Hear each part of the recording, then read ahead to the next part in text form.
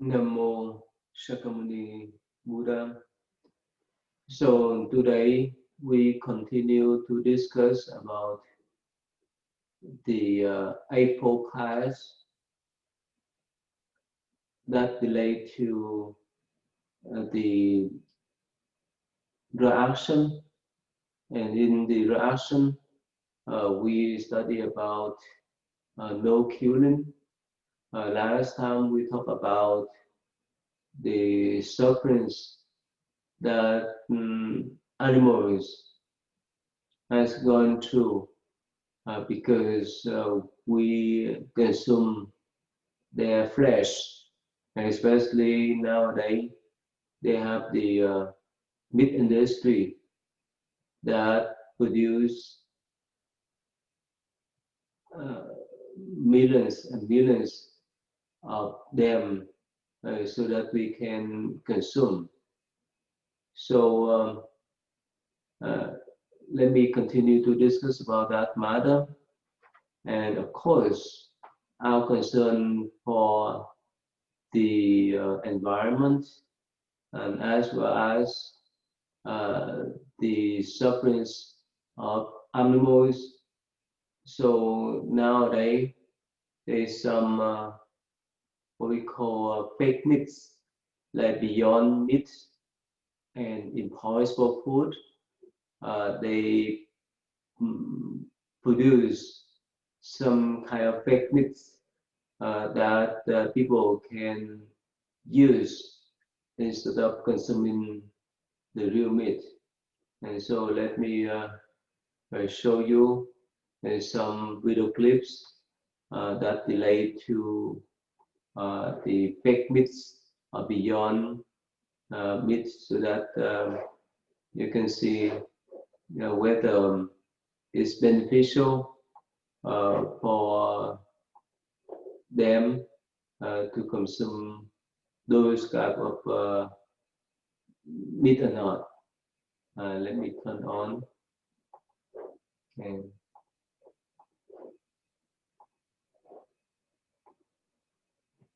So according to the Mayo Clinic, they we discuss whether it is healthy to consume those kind of fake meats or not. It cooks like a burger. Some say it tastes similar to a burger, but is it healthier? It really depends on how that plant-based burger is made. The benefit of plant-based burgers usually comes in the form of fiber and other nutrients. Some plant-based burgers are going to have added fat. Oftentimes the added fat is a saturated fat. Commonly added fats are coconut oil or palm oil. Like natural meat burgers, saturated fats can be concerning. Saturated fat has an association with raising our bad cholesterol. High sodium and calories can also make a dent in health benefits of a veggie burger. Zeratsky says eating more plant-based foods like vegetables or whole grains is a good approach. Just compare products. Along with added fiber, there's another benefit to a plant-based diet. This is an opportunity to allow someone who enjoys meat to have something that is similar to that. For the Mayo Clinic News Network, I'm Vivian Williams. It looks like a burger. Okay, so you see that since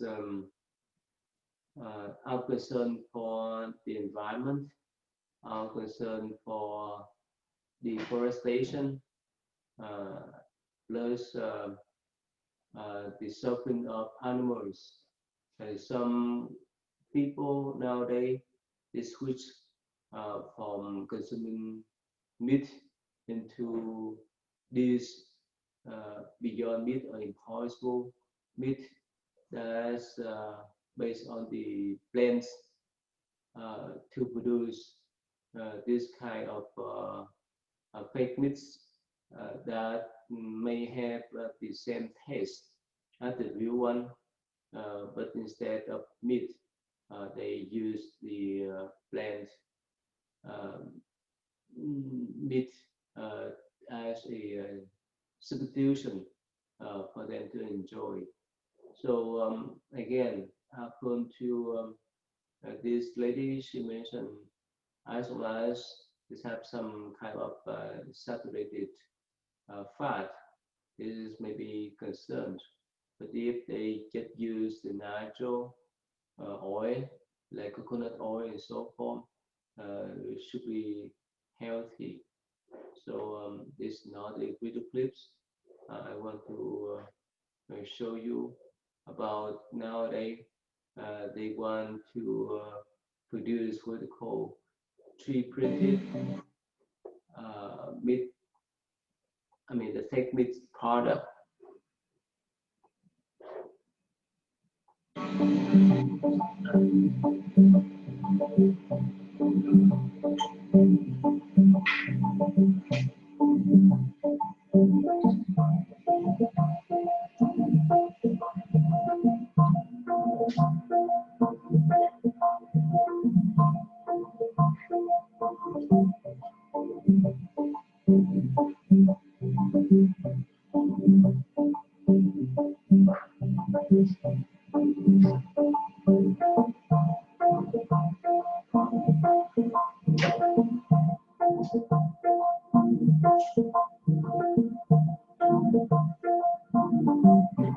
We analyze the different components that make those beautiful cuts and try to figure out which are the key components that we need to mimic in order to achieve those beautiful cuts of meat. We identified three main components: the muscle, the blood, and the fat. These are the components that we need to mimic in order to reach the perfect, beautiful steak.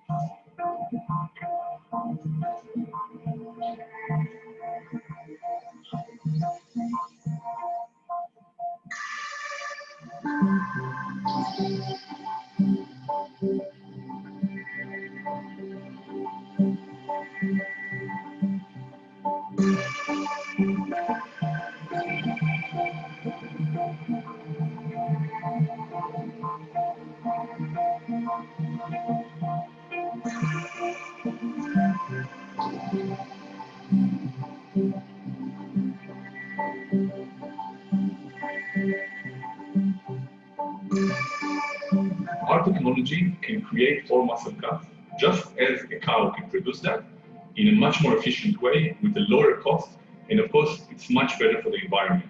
This is the biggest problem we face today as humanity, and this is the best way to fight climate change, to deliver healthier solutions and food to the entire population of the planet.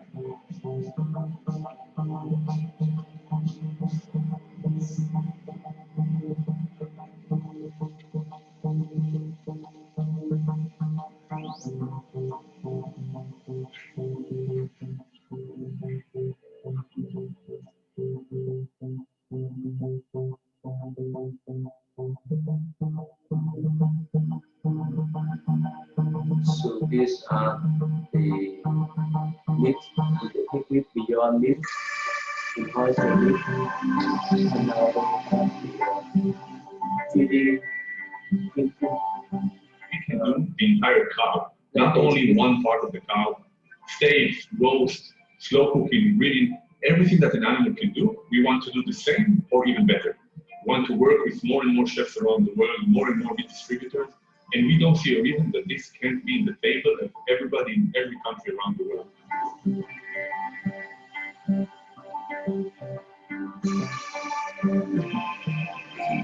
Again, so our concern for the environment, for the sustenance of animals, and for the healthy of human beings. So these are the companies that produce the Beyond Meat, the Impossible Meat, and now the 3D printing meat, I mean plant-based meat, so that people could enjoy the similar taste of the grilled meat with this kind of plant-based meat, so that it's more healthy, more environmental friendly product, and so forth.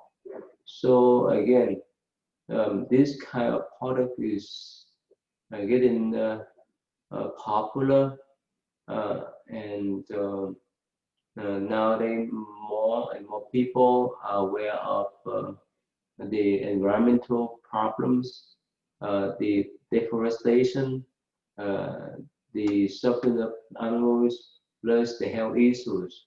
That's why many of them switch to the non-meat product or the plant-based product, especially for this kind of fake meats.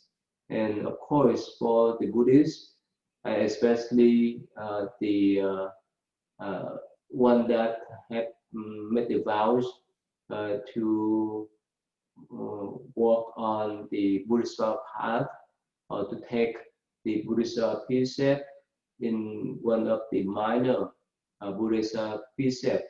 The Buddha remind that those who practice Buddhist precept would not consume any meat at all. So in this precept, that's the third one, the third minor precept. The Buddha said that as a disciple Buddha, they must not deliberately eat meat. They should not eat the flesh of any sentient beings. The meat either cut off the seed of the compassion, severe the seed of Buddha nature, and curse animal and transcendental beings to avoid him. Those who do so are guilty of countless offenses. Therefore, Bodhisattva should not eat the flesh of any sentient beings whatsoever. So this is the third minor precept in the Buddhist precept. Again, the Buddha said that as the one that practice Buddhist precept or conduct, they not supposed to consume any kind of meat because it may cut off their compassion. It may destroy the seed of compassion and the Buddha nature, because as much we consume meat, definitely no matter what things we learn, what things we say, they show in reality that we harm others, sentient beings, because without the man, there is no produce. That's been when we have that kind of demand to have the meat to consume, other people would provide us the meat, or either we kill by ourselves, or we buy the meat in the market, and those meats would not come down from the sky, from nowhere else. It comes from the sufferings of those animals. So if we practice compassion, but we still swallow and consume the flesh of animals, it's not easy for us to develop that kind of true compassion, because that's based upon the sufferings of other sentient beings. We nourish this physical body. Again, it's go against the principle of compassion, and it may clot or cover the Buddha nature. And in this passage, the Buddha said that as much as we consume meat, those animals, whether visible and invisible, they would avoid us. So that's why we need to restrain from consuming meat. And in this passage, in this minor precept, the Buddha said also that who consume meat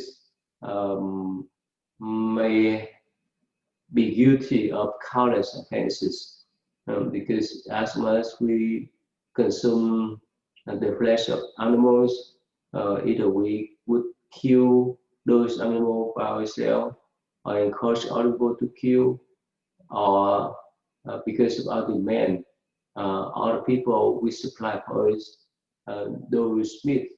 And again, animal would not die voluntarily. They were killed and slaughtered for our consumption. So that's why in this kind of passage, a precept, the Buddha said that it's better to stay away from consuming meat in order to develop the compassion, especially to invoke our Buddha nature. So that's great that we have beyond meat, impossible meat, or even treaty meat that based upon the plan to produce supplies those kind of fake meats, so that other people, if they miss the taste of the real one, so these are the substitutions for them to consume, so that they could stay away from harming the environment, the animals, as well as their own health. But still, in Buddhist view, that is just the temporary solutions. If we want to be healthy, it's better go with the vegetables,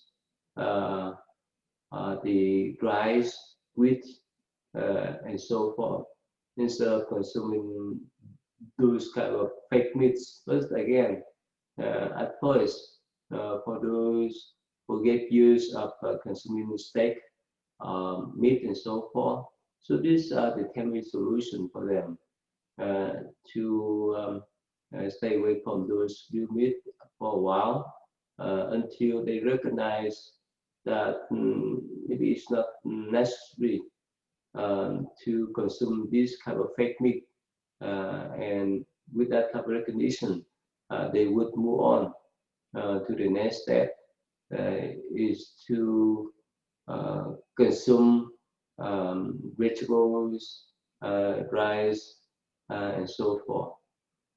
So that is the thing that we want to discuss. The next one, like before we start last time, we mentioned about, we will talk the topic, the controversial topic that Buddhists facing. So the topic is that at first precept in the 5 precepts. The first one is no killing. Just mean we as Buddhists are not supposed to be violent, to harm others, not talking about to kill others. So can a Buddhist be soldiers? So this is all kind of controversial stories and theories around that questions. So of course, in the revelations, it's stick with the principle no killing, but of course, in other traditions, like higher traditions, may be more liberal. But even in some Theravada Buddhist country like Sri Lanka, Thailand, Burma, and so forth, we have seen many young men who are Buddhists that serve in the militaries. So again, let's look at the story about how the Buddha advised others to deal with this kind of situations. There's a story in the past. There's one captain and pirate merchants that sail the ship to the oceans to seek for treasures. And on the boat, and there was a criminals. He made the plan that after they have found the treasury, he would kill everyone so that he could keep all the treasury. And so the captain somehow knew that, and he recognizes if he allow the criminals to kill those 500 merchants, so this criminal would pay the heavy karmas, and plus on the top of that, these 500 merchants were the good people, and they have potential to practice the Buddhist path. So if these criminals kill them all, so that may cause him to go down to the hell and pay the heavy price for hundreds of kappas. And so our compassion, this captain made the plan to kill these criminals in order to save him as well as pilots, merchants. And of course, he killed that criminals with understanding and compassion to protect himself as well as the 500 merchants, not out of anger, not of hatred toward that criminals. And he accept the consequences later on, the consequence of killing these criminals. And during the Buddha times, actually after paying some kind of karma related to killing the criminals in the past, and now in this lifetime, even the Buddha had attained enlightenment, but he had to pay for the karmas of killing the criminals. In some instant, there's some spirit that appear from nowhere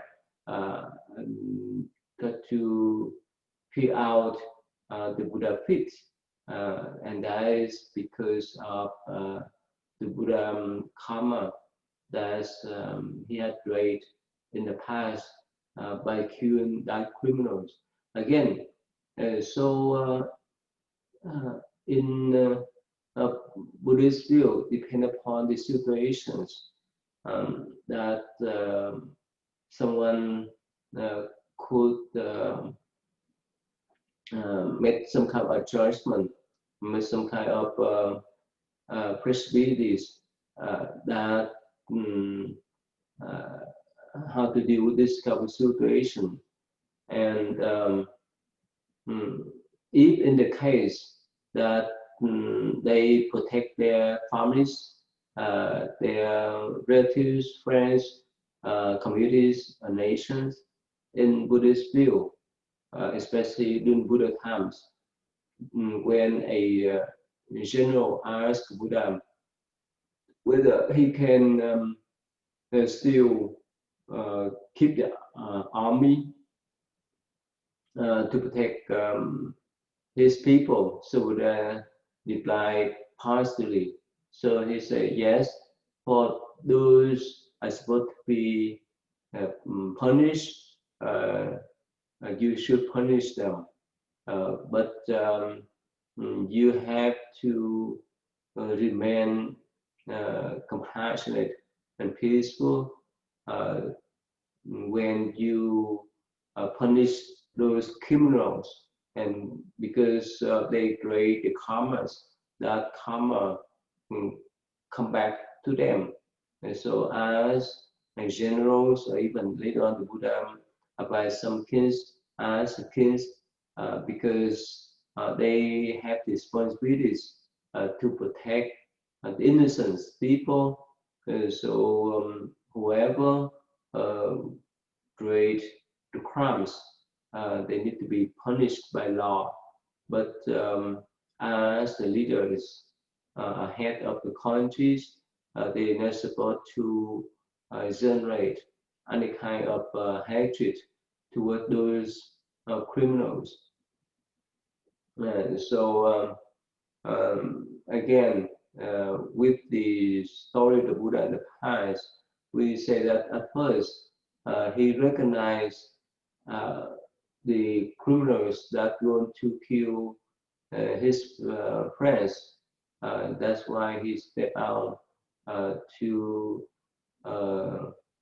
stop these criminals, even to kill this criminal. And of course, he accept the consequences.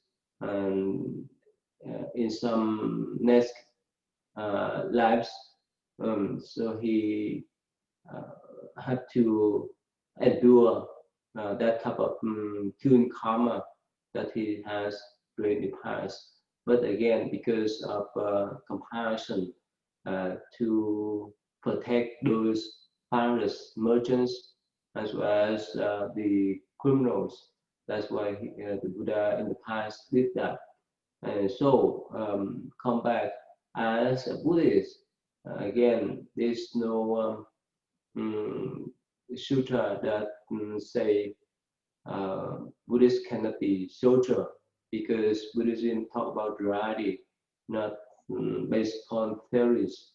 Of course, as Buddhists, we supposed to be peaceful, but not pacifist, because if someone try to harm others, if we don't step in to stop, the problems will be more accurate. So again, as soldiers, they have responsibilities to protect other people, especially his families, communities, and nations against invaders or criminals. This is a story during World War One.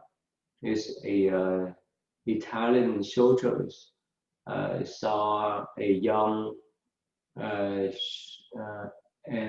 want soldiers.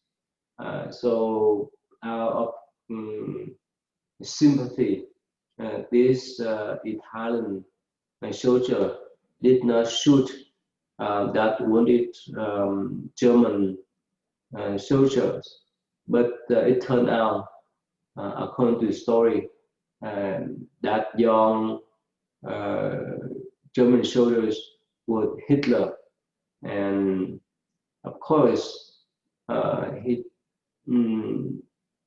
would be appreciate that that Italian soldiers spare his life.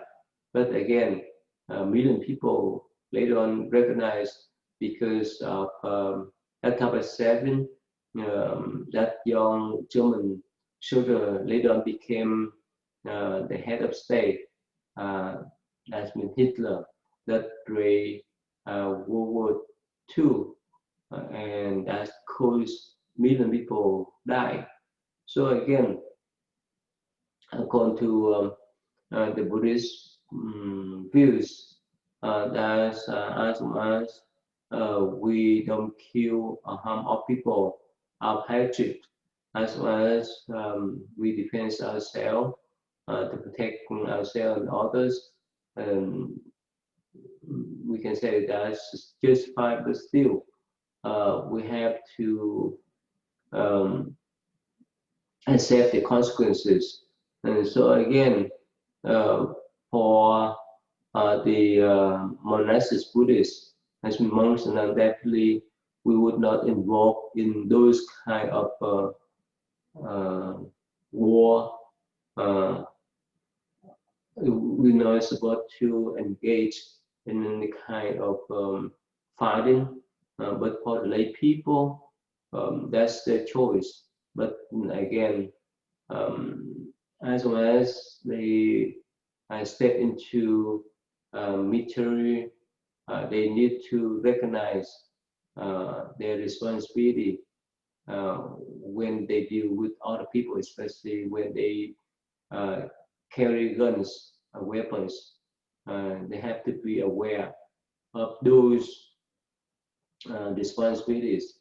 Otherwise, they would create about karma too. There's some soldiers that serve in the front line, in the battlefield. There's some soldiers can serve in the back as the medics or the one that dispute things logistically.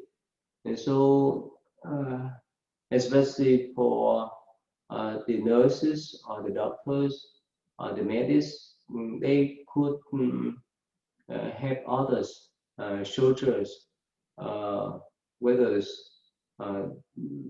they are friends or enemies, they could utilize their skill to help those wounded soldiers or civilians. Even there's a story that during Vietnam War, and there's a story about the My Lai village massacre. So this one American soldiers, while he flew helicopters around that village, so he saw underneath of him many innocent were shot down. So that's why he made a call to stop that type of shooting, and because of his intervention, the soldier on the ground stopped to kill the innocents. And because of his complaint later on, the general in that area stopped to go into different villages to search for vehicle to kill other innocent villagers. So later on, this kind of My Lai village massacres came about, and many American soldiers were disciplined because of this kind of killing. No matter what,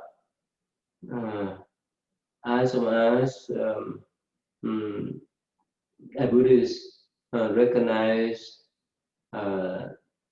that they are Buddhists and they not supposed to harm others, whether they serve in the Navy, in the militaries, and so forth. As long as we have that type of attitude and understanding and responsibility, they would try to save lives instead of harming others. Again, depend upon how the Buddhists understand the Buddha teachings. If they understand the first precept deeply, they would not engage in any kind of killing or fighting. But there's some exception. that for the young people to serve the country.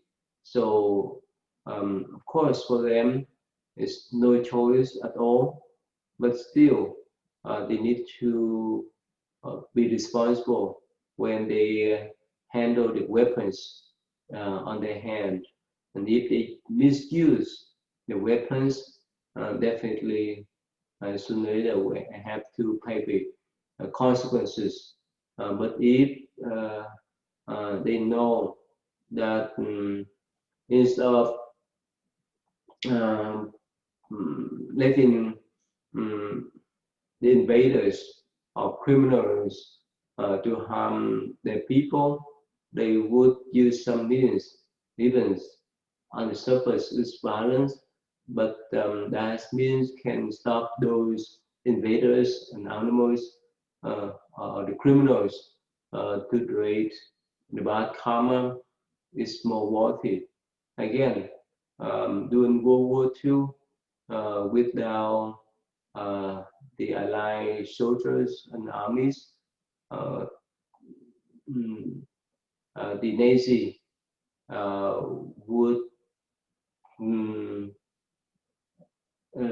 kill millions more people because of their discriminations based upon genders and race. So because of that type of interventions that reduce the sufferings of human on earth. So whether we say it's justified or not, but still in Buddhist view, in that situations that we need to step out to stop the invaders, the criminals, so that they would not harm our people. And in the history of Vietnam, there was some Buddhist king that stepped out to protect their people, and after they settled out the war, they won the war, they went back to become monks. And so that story relates to the second king of the Zhong dynasty during the 12th and 13th century, when the Mongolian and Chinese armies tried to invade the country. So the Zhong kings encouraged their Vietnamese people to raise arms to protect the countries. And with that type of strong spirit and unifications amongst the royals, officers, the kings, and his soldiers, as well as the people. So they defeat the Chinese and Mongolian armies for 3 times. And after that, after they have defeated those invaders, the King Trần Nhân Tông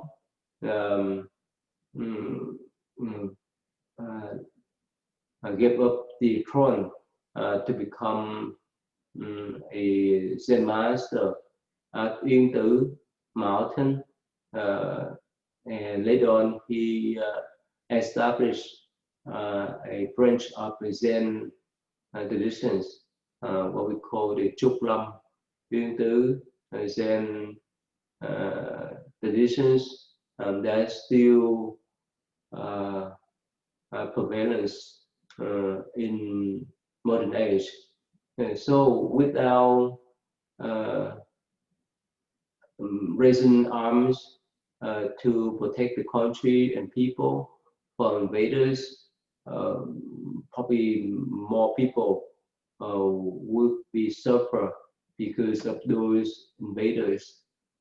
That's why it's reasonable for those kings to stand up and raise arms to protect their countries. So that is the compassion in the practical sense. And again, also the responsibilities of kings or generals that try to protect their own people and countries against the invaders. And so that is understandable in Buddhist view. So if we think rigidly, oh, as a Buddhist, we are not supposed to harm innocent beings. But if someone harm our family members, our lovely one, there's no way for us to sit still and watch those criminals to do those kind of crimes. So we need to step up to defend ourselves and those lovely ones, not be harmed by those criminals. So that's more reasonable and more religious way of explanations. And so go back to the question, can a Buddhist be soldier in Buddhist view, especially Mahayana Buddhist view? Yet they can, but they need to be responsible for the weapons that they handle. They need to be responsible for the action. They need to follow the rules and orders. But of course, sometimes because of following that couple of orders to kill innocent is still might compromise to harm others too. Again, that's why they need to use their wisdom to make the judgment. So anyway, so as a Buddhist, we need to be responsible for any action that we may have